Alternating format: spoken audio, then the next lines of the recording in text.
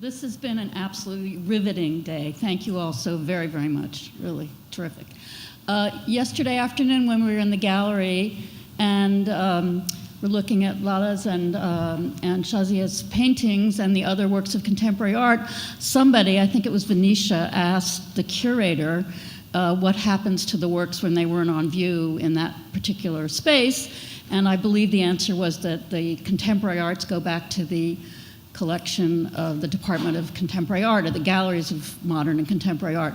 So, Linda, how have you managed to negotiate with your colleagues in the Department of Modern and Contemporary Art at LACMA in the acquisition of so many works of contemporary art by Middle Eastern artists, which are now part of your department, at least as we understood it from your paper today, and not, for instance, part of the collection of LACMA's large collection of modern and contemporary art?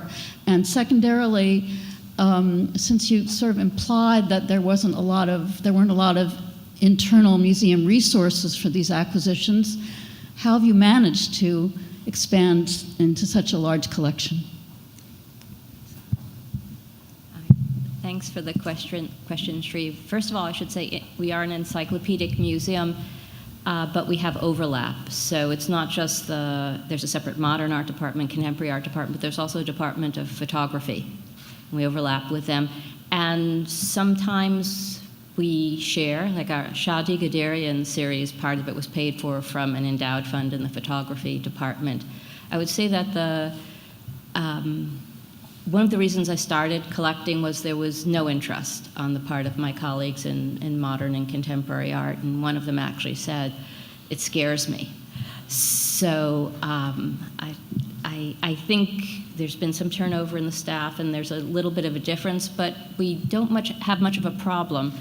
We sometimes buy the work of the same artist. For instance, we have an Ahmed Mater illumination diptych, and the contemporary art department has one of his photographs called Magnetism, which is the Kaaba, or a magnetic image of the Kaaba with iron filings around it.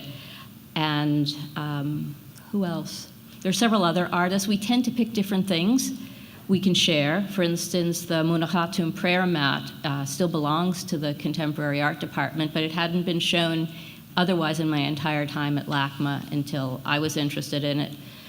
The only annoyance that came about was the Shireen Girgis wood sculpture that I showed, which came as a gift from the artist. They were a little miffed that it didn't go to their department, but I got there first. Most of the time it's fine, and the benefit of having it, there's no issue about who shows what, because we would lend, for instance, Hassan's feet ball, which is little kids at a soccer match. Before I ever showed it, I lent it to a colleague in the contemporary art department who was doing a soccer exhibition. So it's really not much of an issue. I think the important thing for me is that the art gets shown. And your second question, I can go on and on at length about, because it's not only a small amount or whatever, it's zero. There are no acquisition funds.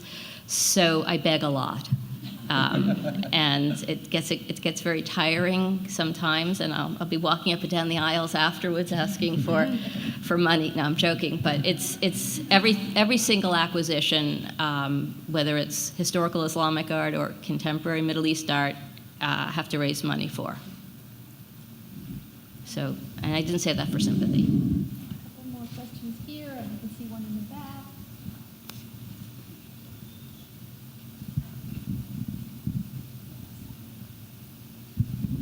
Hello, my question is for Mr. Hajjaj. I was surprised to hear about how capoeira influences not only your art, but your life in general. Growing up in Brazil, we don't really know that capoeira is that famous around the world. I think you could trace a parallel between capoeira and a lot of the artworks that we saw here today, in the sense that at the same time it's something beautiful, but in a way it's masking something a lot deeper. It's something that can sting and something that can knock someone out. My question to you is, are you conscious of that when you're coming up with your process? When you're thinking of ideas, which one usually comes first to you? Is it the visual side of it? Is it the the content and, you know, the underlying sting, if we're continuing with the metaphor? Well, capoeira actually taught me a lot. Taught me about discipline as well. You know, when you train, you have to put this in, and hard work. I'm glad you saw that in the work, because I hope there's some kind of kicks and movements in the work. My work really could be anything. It could be the person, it could be a textile, it could be, you know, but it really goes down to the person at the end of the day, because it starts with this, and then along the way is all the stuff that I've actually collected or designed that will start going afterwards. So there is this kind of thing. Have you practiced capoeira yourself, or Yes. We all kind of have capoeira classes growing up, and well, there's some there's jinga going on, and there's some cabezas and stuff like that going on in the work. But really, like what you said, there's definitely this kind of you know, with capoeira, as you can see, it's very you know, it's very strong images with the people that do it, big characters. You know, again, they're sort of kind of almost like a secret society, you know, in their own world. And I think they taught me, you know, being flamboyant as well. And you can see the work as well with the characters. They have this kind of attitude, and you know, this coming out in the work. Thank you. Thank you.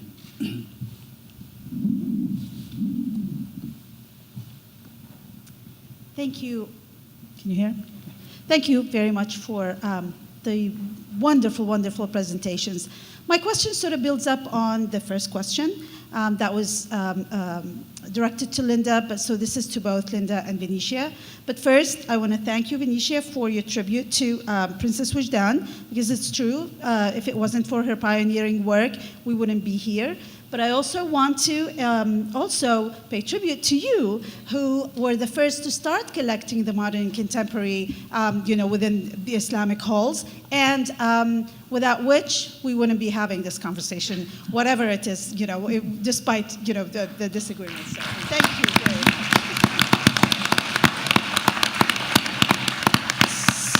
So my question is sort of, you know, twofold maybe, but I mean, I can see the difference in the two sort of collecting practices between what, you know, Venetia is doing and what Linda is doing. But would you elaborate a little bit more about sort of the interest and the direction that you took in collecting the contemporary? How does it negotiate, you know, the initial sort of collection that you started working with, and so on? Thank you. That's me. Thank you, Nada. That's incredibly sweet of you. Thank you very much. It's been a really fascinating journey, actually, for me. You know, I'm an Islamic art person by training, and then, you know, completely fell in love with all this modern and contemporary material. I think the direction that I've been going in is partly because at the British Museum, there isn't a place where there is modern and contemporary art being being looked at, you know, in a kind of holistic sort of way. So we have the prints and drawings department, which is very effective, but they hadn't been collecting. Middle Eastern artists. They collected, interestingly, the work of Israeli artists because they count as Western artists. At least they did at a certain point in time, which is quite interesting. So when having started collecting things which were, you know, in Islamic, in that very big inverted commas here, that was kind of quite easy to do, really, because yes, these things had links. There were very few people in London. You know, the only person one could buy this material from was Rosisa, basically. This is in the 90s, a couple of other people. But then, as my knowledge developed, particularly after Word into Art, because as part of Word into Art, it wasn't actually an exhibition about calligraphy. It was an exhibition about writing. And for me, it was when there's writing, what does that writing say, and what is the window it opens? because it's poetry and it's all sorts of things, and a lot of it was politics. And actually, I found that last section of the exhibition was the one that interested me both, because it was about what was going on, and it was also the time of the exhibition in 2006, which was right in the middle of we had the aftermath of the Iraq War. We had also the Lebanon War. So I then formed a patrons group. So because, like Linda, funds were cut, and so I found a group of people, and we're now about 20, who would support a kind of new way of looking. And I was also being very encouraged in this new direction by the kind of senior management of the British Museum, because everything has to be ticked off. Yes, you can buy this. No, you can't. And a lot of it is because I sit in the Middle East department, and this is not an art department. This is so pathetic when I start to actually describe it like this. But it was, why are you buying this? What does this say about X, Y, or Z?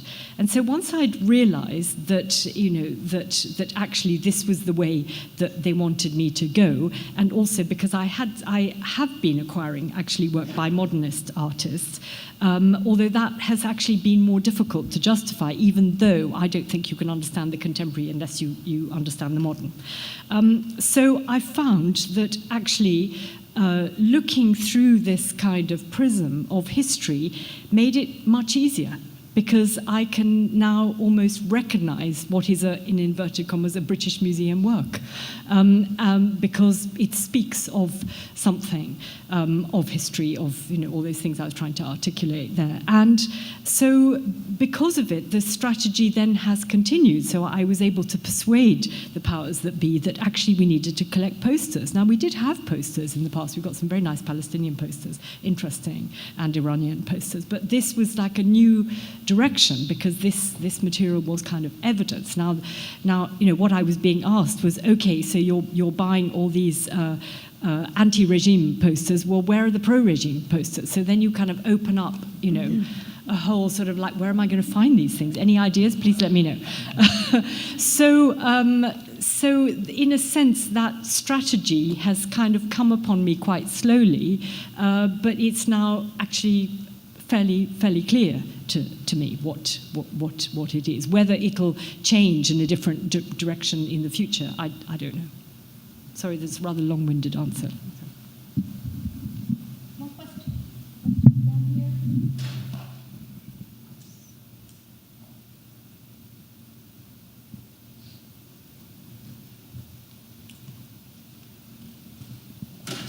Thank you, everyone. It was really very enlightening.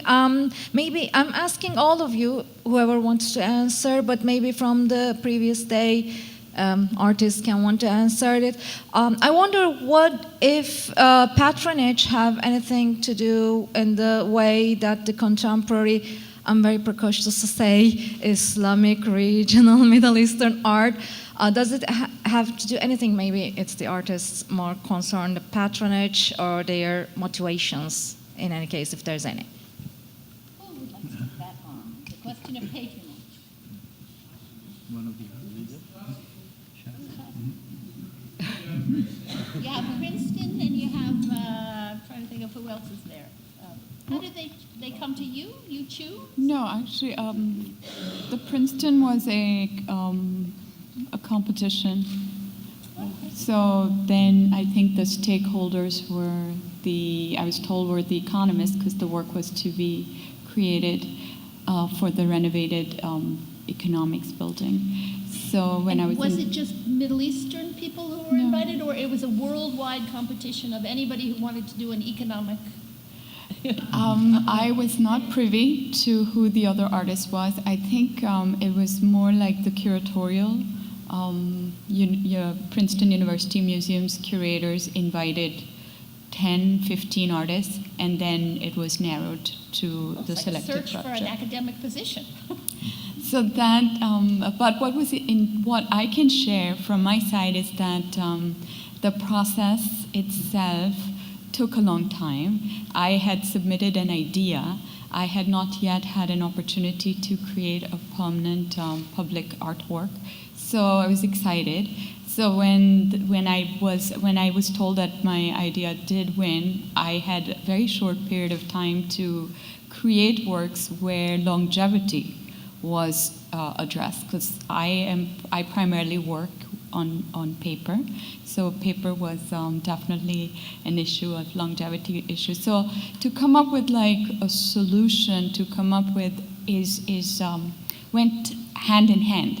So it was the excitement to envision a project that had that took the idea of economics as a point of engagement, and then also to work in a new material. So for me, that has always been a part of my searching, is that I keep moving and shifting, so to keep reinventing and not necessarily just keep repeating the same thing. So that was a challenge. It was it was a lot of work. And then that's sort of one, I guess, I don't know if you were what you meant in terms of patronage, but of course that's one project. But I think outside of all of that, support for the arts has happened in multiple ways. When I was living in Texas, Linda Pace Foundation, for example, that started Art Pace for artists, national as well as local, as well as international, to come and do residencies, to kind of rethink their practice and do something. Support of that nature, that's how I first started animation. That was 2000. So there's a variety of ways in terms of how we navigate the support for the arts, and I think that also depends on the nature of the work. Does anyone else want to come up with patronage or take it on or not? This is difficult for me because, I mean, I really don't understand exactly. I mean, I've been off, if Jamil Prize is part of this question, I've been, I think 2009, I was one of the people that was part of this new thing that was happening in V&A. At that time, it was exciting for me because it was kind of being accepted in the artwork. That was the first thing in the V&A. That was a big thing for me. I suppose they're important to have because it gives platforms to artists, especially from what was so-called the East. And I was actually very happy to nominate for Jamil Prize Urias, the friend I showed you, and a couple other artists. So in that kind of ways, it's important. As far for me, never really looked at trying to look for these kind of things or submit work or any of this kind of stuff. I'm sort of trying to just keep doing what I normally do, and if they recognise it or hopefully something that could get me through the doors, I'm happy to go with this. How much does the internet affect all of? Do you think the internet and Instagram and all these affects patronage of art today? I don't think it affects the patronage. I think it affects the accessibility, and I think most of the people who are using Instagram are not buying in the position necessarily to buy that. Do people create for the internet in order to disseminate their work? What do you mean, artists? Yeah. Sorry, I don't know if we're talking about. What are you talking about? Something else. Sorry.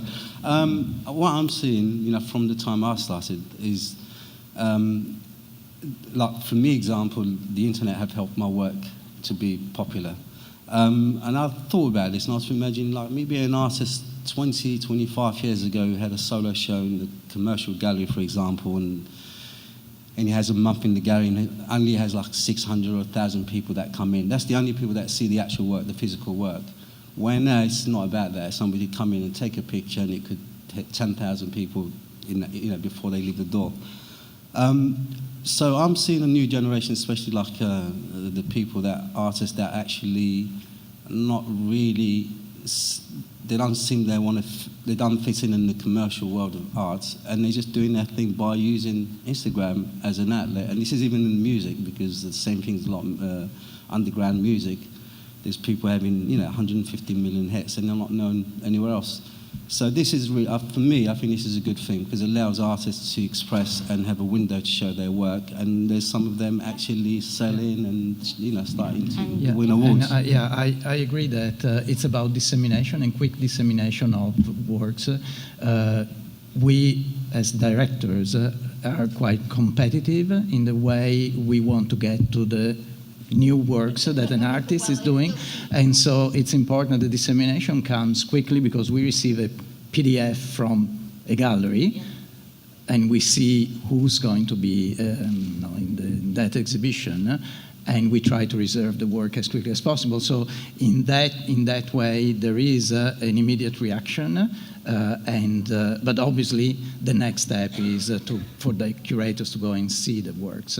So it's certainly a good tool at the moment. Can I ask you a question? Yeah, sure. Do you see that as a dangerous thing from, like, let's say, the museums and galleries, to see this thing happening with the internet? No, I think that it's a matter of getting to know what's happening when it's actually happening. And it's especially for me quite important, because I'm remote. I'm on the western coast of Australia, and so a lot of other museums and art galleries would be able to see the works before me. So in that case, it works actually quite. So it doesn't cheapen it. It has another importance in that it makes artists' work accessible even in their home countries where it's not otherwise shown. Like, Yes. oh, sorry, the internet, any other form of social media can make the work of art accessible in countries where it's otherwise not accessible, including the homeland of the artist, like Abdel Nasser Aram, whose show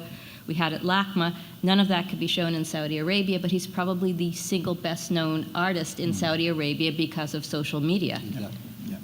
Anisha, did you have something you wanted to add in? Yes, only that I think there is a danger in that it's very quick.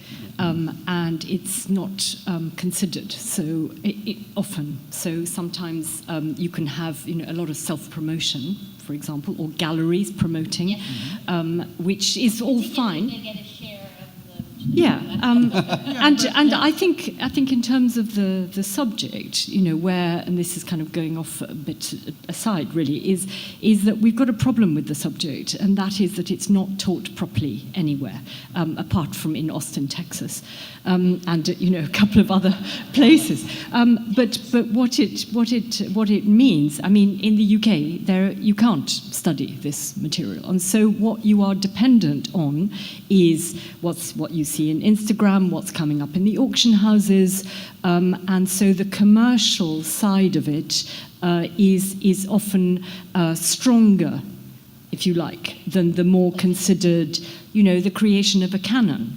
Come on, talk about a canon for this kind of material. I'm not sure one can, but so I think it's certainly fantastic for all the reasons that everybody has said, particularly for artists in their home countries as well. But I think there are dangers with it as well. Yes, absolutely. I was going to ask you that. I was going to say, as a curator, have you ever curated an Instagram? No, but I think it's more as a teacher. So thank you, Venetia, that I find this question really interesting because, so I teach now mostly in art schools, and what I find very interesting is that still in art schools we're very much teaching the canon, and so art history has changed a little bit, but still critical theory is still very much dependent on a Western conception of what contemporary art is.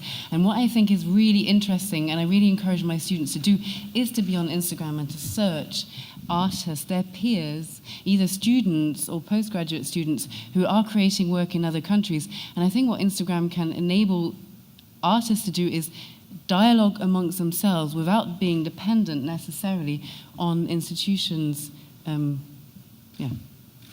And another thing to add to that, I'm thinking about LACMA and how my colleagues in contemporary art and some in the modern department by contemporary, how they decide what to buy. Mm-hmm. And they decide what to buy based on what they see in places like New York. Mm-hmm. And so that's already skewed a certain way. And so I have a completely different selection process, but I think it's important that there be other ways of finding the art instead of, I think it's very hard as you know, as artists to find the right representation and for whoever represents you or yourself to find the right collections to go in. And it's probably like becoming an actor. The odds are against it, being successful at it. So I think that could help.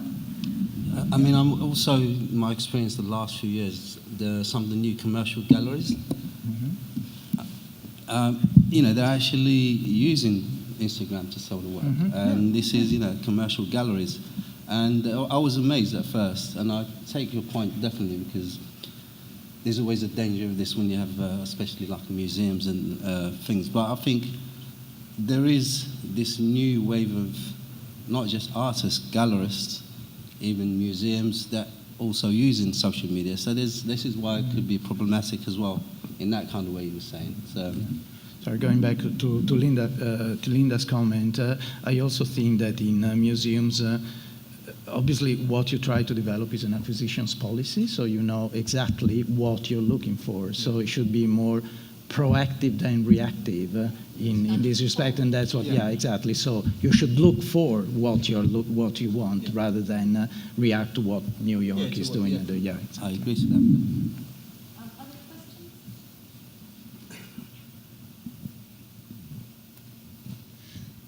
I wanted to thank you all for bringing the world to us in Richmond, Virginia, USA.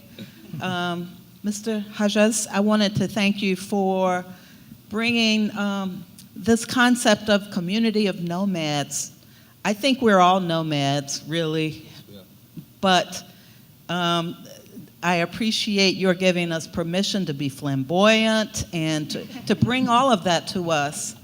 I think every child should be born with a camera or a paintbrush or an instrument in his hands. Exactly, I was going to say, they are born with a cell phone now. There we go, yeah. Mr. Carboni, I wanted to thank you. Whoever guessed there was so much of a story to tell about Asia and Islam, because alas, we're just here in Richmond, Virginia. So I appreciate that, and I especially appreciate the acknowledgement that you started with giving the ancestors thanks. We all need to give thanks to all of those who've gone before us. So I just wanted to thank you. Thank you. Thank you.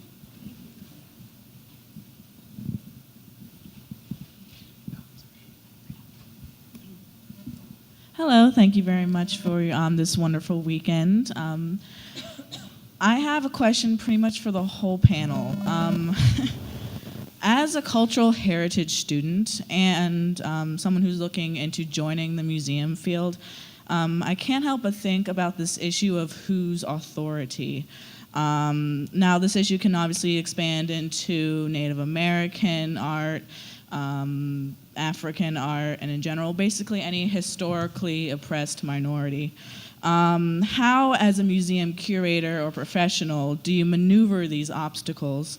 And for the artists, what is your perspective in regards to looking towards these larger museums, museum authorities, and to display your work? And if they do seek your own work, how do you feel about it?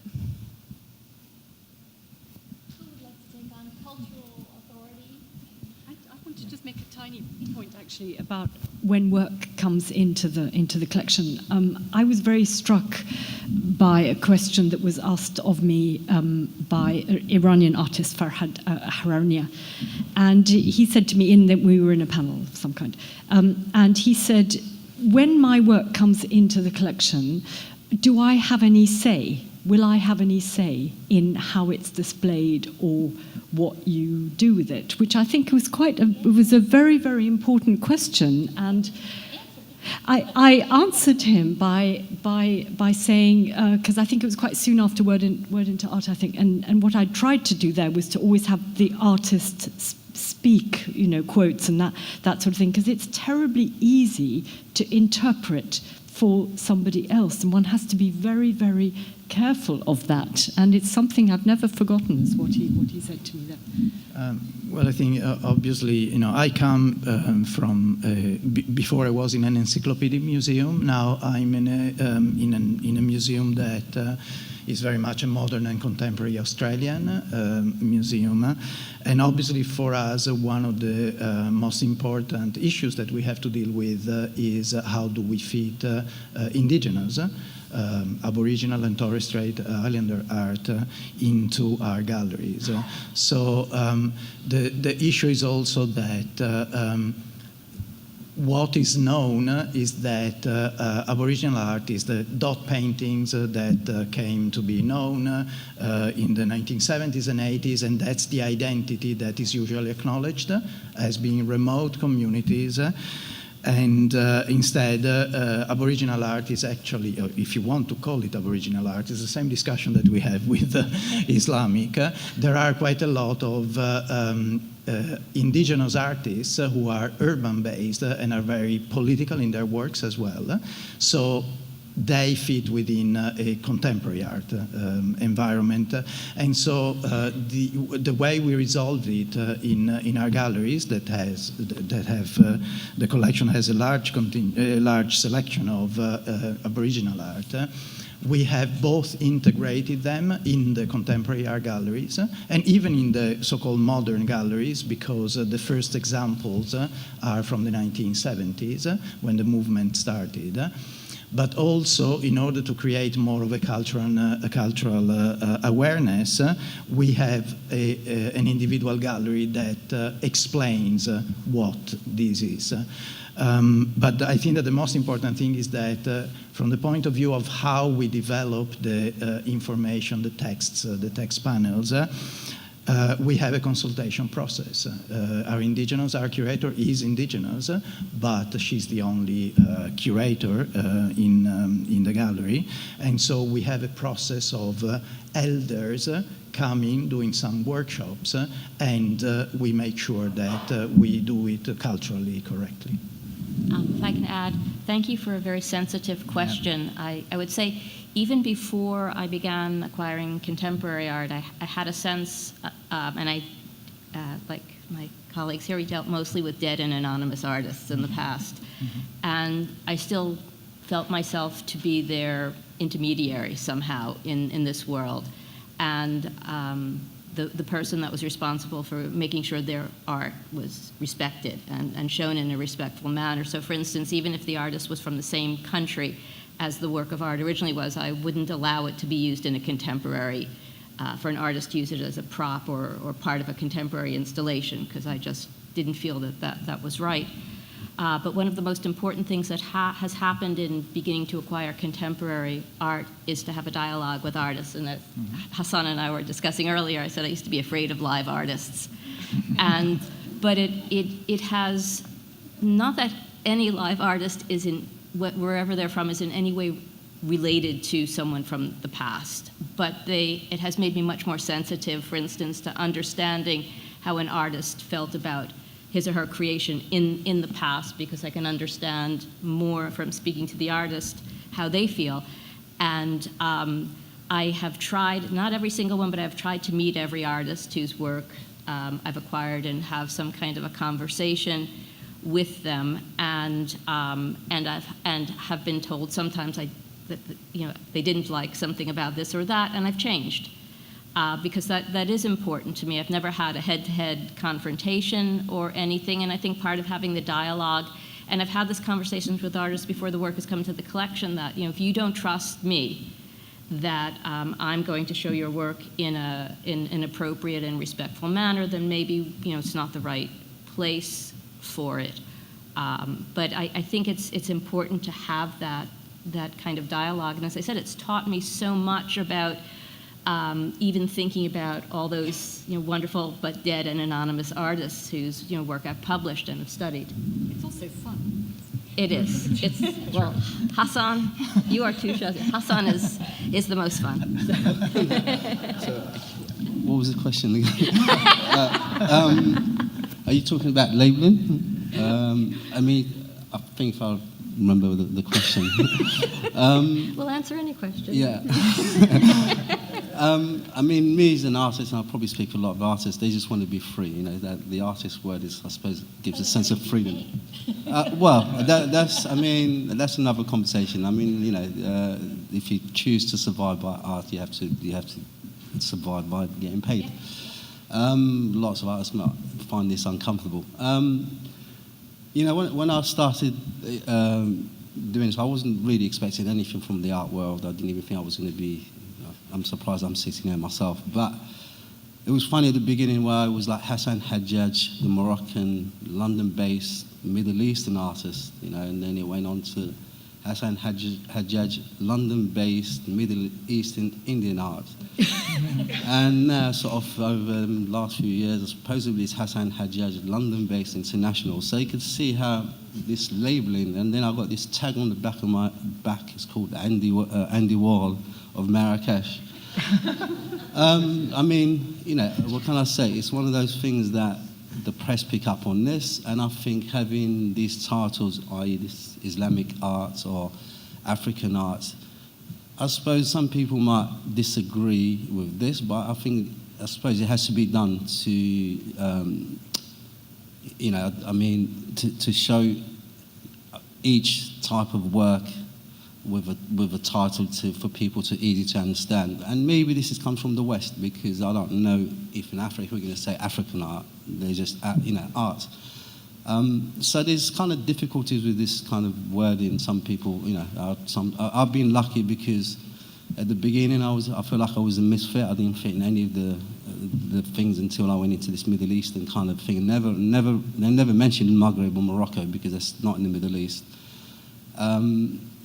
But hard working, I'm really lucky to be able to show in that environment, and I've been able to show in the African, you know, group shows, and totally flitting in the West here and there in group shows.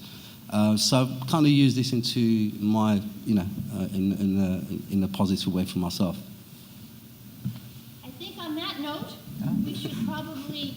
That's it. There you go. Yeah. Oh, we could have one more. Yes, one more question. Oh, thank you. Absolutely.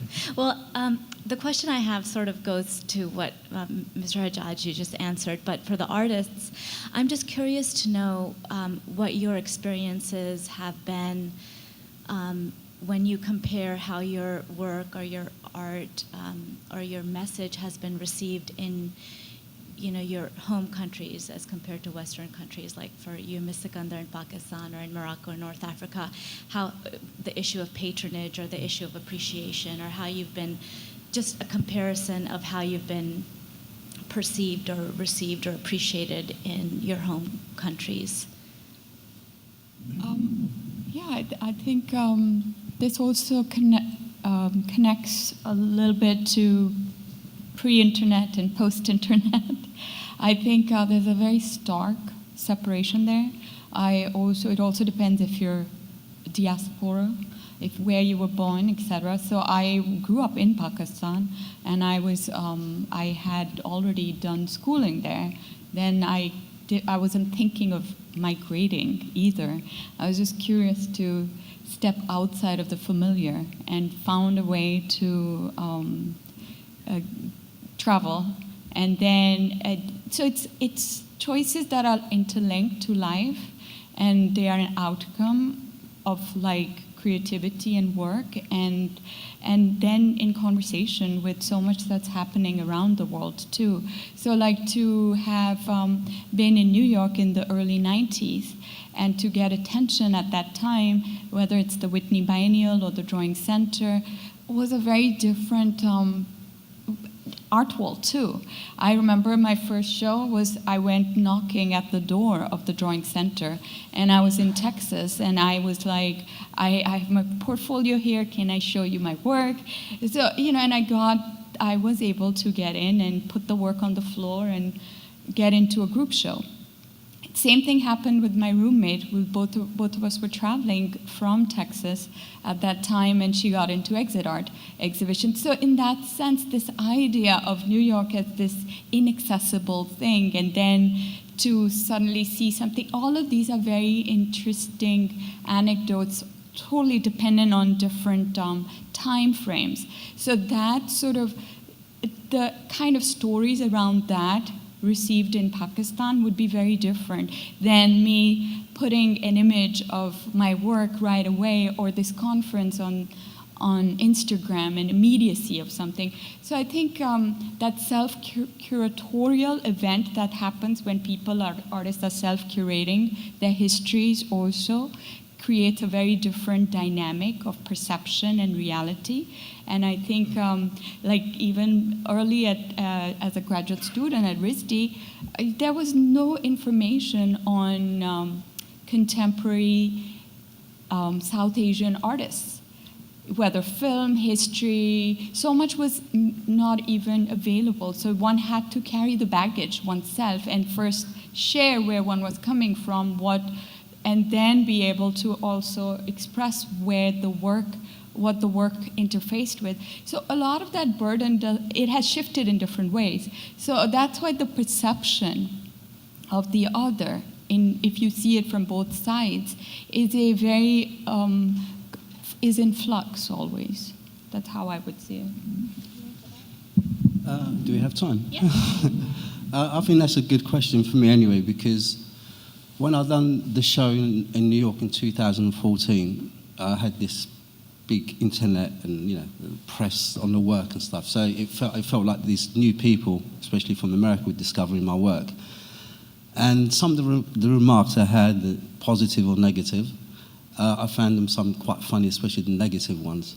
And it made me realise actually I was very lucky, because prior to that, for 15 to maybe because there was no social media when I started, so I really feel like you're on your own, or an Arab artist or a Muslim artist. So I realised actually the support I had from Morocco all the way to the Middle East for about 12, 15 years before that show happened was really important, because I had the support from what I call my people that saw something in the work and felt positive about it. So I felt like I was doing something good for the community. And that I only realised that when I done the show in New York, because this new audience was like, just made me realise, how lucky I was as well to have this. It felt like I was getting a tick, like I passed my exam. You passed. We're giving you all pass marks. Yeah. Oh, yes. Well, I think we can all agree we've had a most wonderful, stimulating, and enjoyable, engaging, I guess I should say, 2.5 days here. I wanted to thank, first of all, our audience for being so engaged, our fellows for participating so well, our speakers who have really given us extraordinarily thought-provoking papers today, yesterday, and the night before. There's an awful lot to go home and think about.